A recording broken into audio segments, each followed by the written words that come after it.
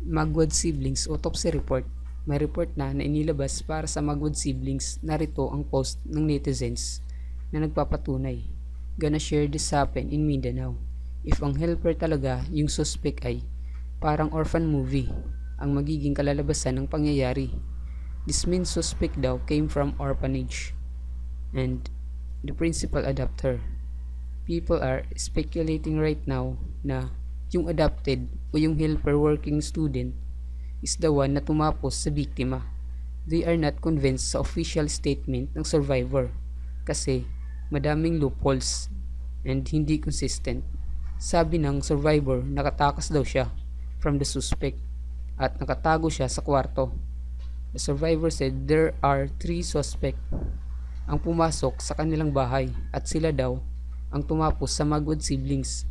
During the incidents, si survivor ay nag-post sa social media niya asking for help na may nakapasok sa bahay nila.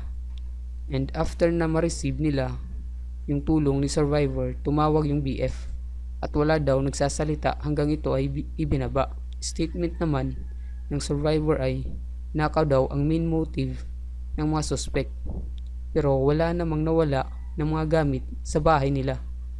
Base sa report ng parents ng biktima ay lumapit daw yung helper sa kanila and called them mama and papa at nashock daw sila. Maybe bago to sa kanila kaya nagulat sila. Pagkatapos nun ay maraming na-identify na equipment na ginamit sa pagtapos sa mga biktima like hammer, baseball bat, and kutsilyo.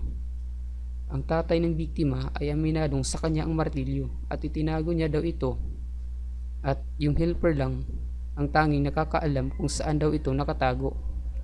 Madami din confirmed fingerprint ng helper na nakita sa equipments at yung force na ginamit sa pagtapos ay hindi daw force ng lalaki kundi force daw ito ng babae base sa autopsy.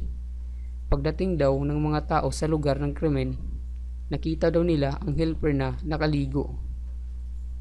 Nakaligo daw ito kasi basa pa yung buhok niya at nag-ayos pa daw ito at nagpalit ng pants. Nagulat daw sila dahil may time pa daw itong maligo after sa nangyari if takot na takot talaga siya. As of now, siya ang number 1 suspect and based sa report ay wala naman daw kaaway yung mga magulang ng biktima. Selos ang nakikita bilang dahilan kung bakit daw nagawa yung krimen.